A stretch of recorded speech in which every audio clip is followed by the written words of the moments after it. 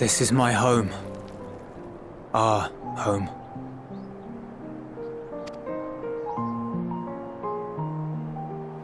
At least it was, until that night. I was with Lord Quintus when the capital fell, and thus spared. My family, who did not own a radio, were less fortunate. When dawn came, I made my way here. My parents, my little brother and sister, they were still inside. But they weren't themselves, and they tried to. And I had to.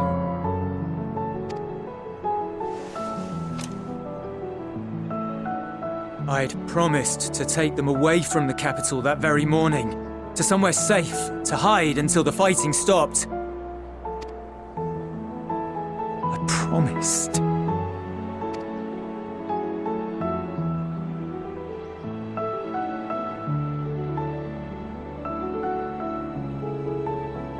Garlean flag bears a chain, the bonds between our countrymen.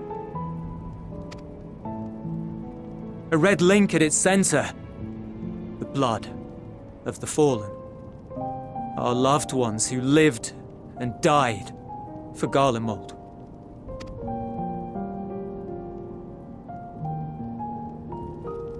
But if she too fell, who would be left to remember them and their sacrifice? What enduring proof would there be that they were ever here? If we had turned to your gods, would they have saved us?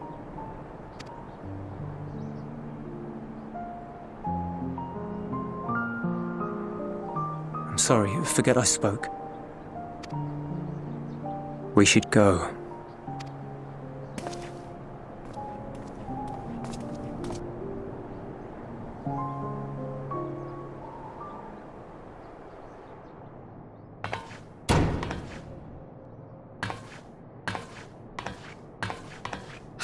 No use. Believe me, I do not enjoy being here any more than you. But he wanted us to play along, so that is what we will do.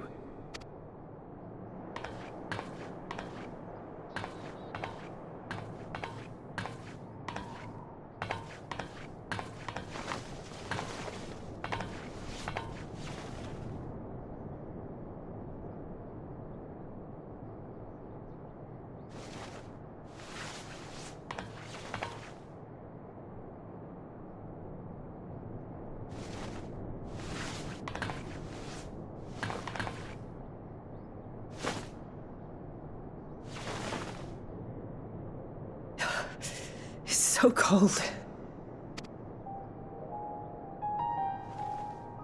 Painfully so. Unbearably. I've been thinking about what Quintus said. About why no one would accept Garlean rule. Irreconcilable differences. When coexistence isn't an option, only conquest remains. Varys at Gimlet said much the same. Only by uniting the world beneath a single standard would we rid ourselves of the Ascians. United as one people, one race cleansed of imperfections. A cold and unforgiving vision. And when we fail to live up to their standards, what place is there for us in their world? But the truly sad, truly frustrating thing is how damnably similar it all is to the lofty ideals of Father and the Forum. Non-intervention. Always non-intervention. Protect our knowledge and our people, and to hells with the rest of you. And yet, I can see how it happened. Varys and Father looked to their elders for guidance and took their virtues as their own. But for this world was of their making. In who else could they place their trust? All of us lost in a sea of chaos, searching desperately for purpose and meaning. But it shouldn't just be an extension of another's. It has to be ours. It has to be. We all have a stake in this world. No one should be silenced. I won't deny that we lack the experience of people such as Father or Quintus. Perhaps they've come to see the world as a series of problems, and the most efficient way of solving them, to reduce everything to fundamental forms. A stone is a stone, a cloud, a flower, no more than that.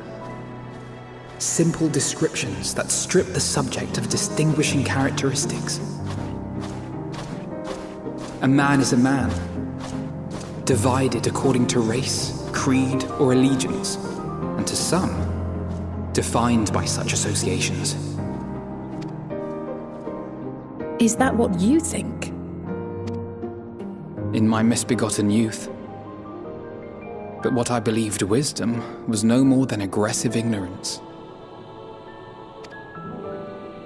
I've since learned to look beyond the banners and the politics, to see people as individuals with their own hopes and dreams.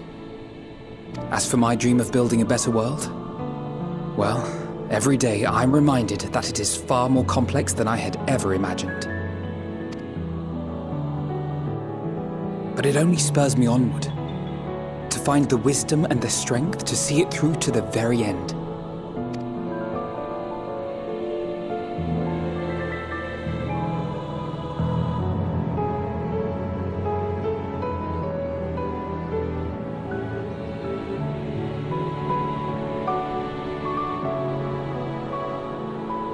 All of our supplies and an immediate withdrawal.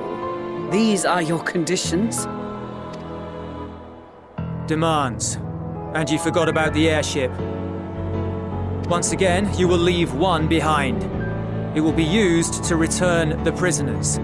Their collars will be removed prior to the exchange.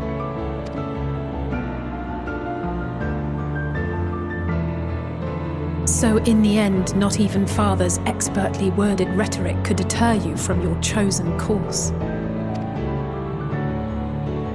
Huh? Not that I thought for a moment that it would. I've no love for violence, of course, but ours is a cause worth fighting for. I just wish he'd realise it too. Sometimes the only way to protect the ones you love is to take a stand, to refuse to suffer in silence. I want you to know I share your conviction. Whether it be on the battlefield or in the debating chamber, I won't back down. I guess what I'm saying is...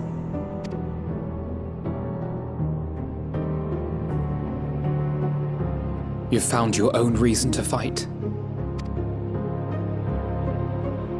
Yes. Yes, I have.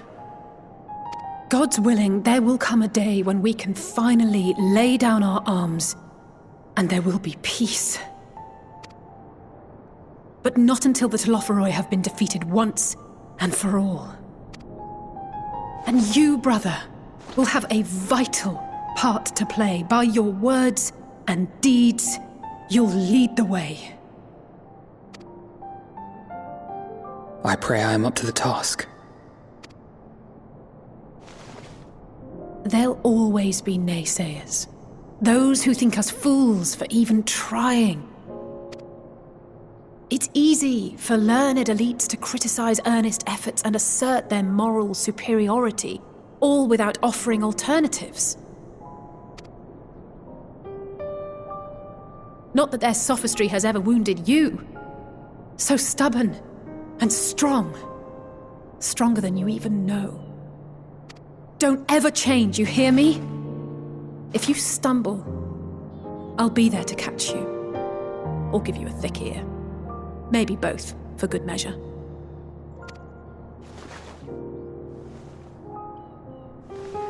Thank you, Alice.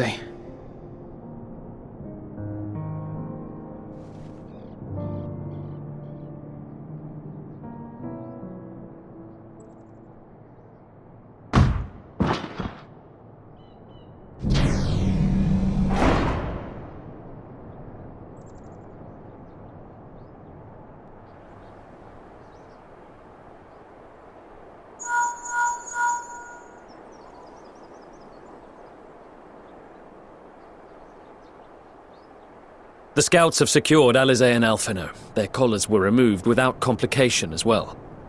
They report no casualties, not for their party nor the guards, who will wake from their premature slumber in due course.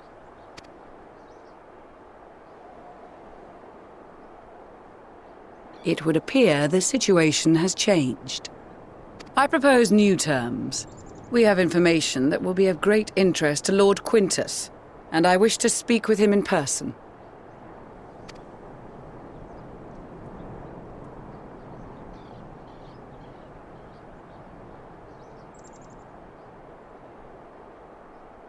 No.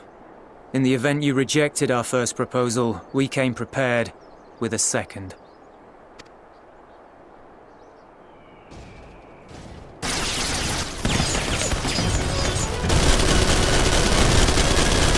Ambush!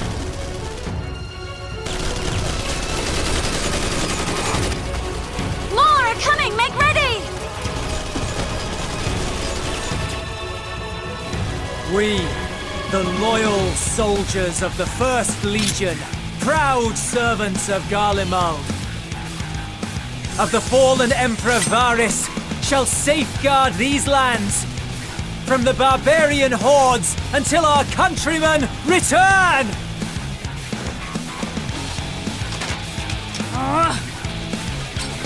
Stop! Both of you!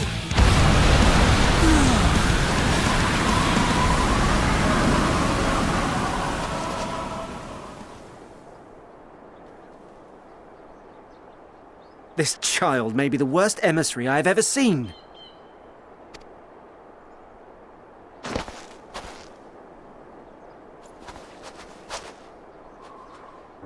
We received an urgent communication from the Grand Company of Eorzea. Envoys from the Imperial Army, led by members of the 10th Legion, came to Alamigo and requested an audience.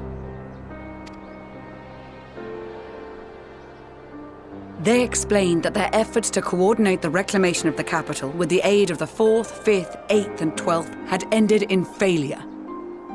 Communication between most legions has broken down entirely. Most of the 10th's conscripts have deserted, leaving their forces severely depleted. That is why, unable to continue the fight on their own, they and their allies turned to the Grand Company of Eorzea for aid. Lies! Every word! It is the truth, and I have not finished. The 10th has requested that we deliver a message to Lord Quintus. Have the ill stand down.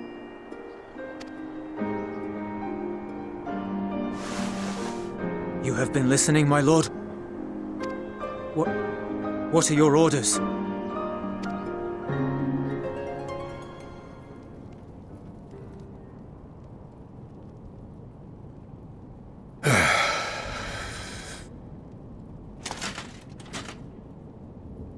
Inform her that we will honor the 10th's decision.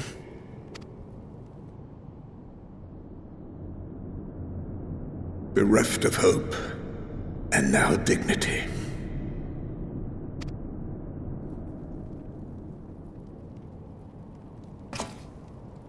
I release you from your duty. All of you.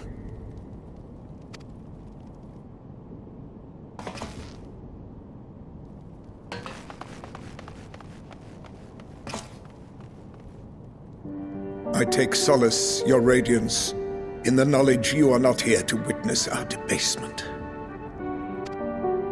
'Twas a grand, glorious dream we shared. Of a world united, of peace and prosperity.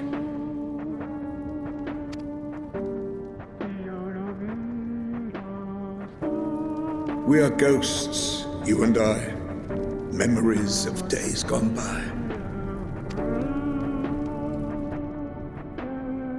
Bonds forged in blood that I will not see tarnished.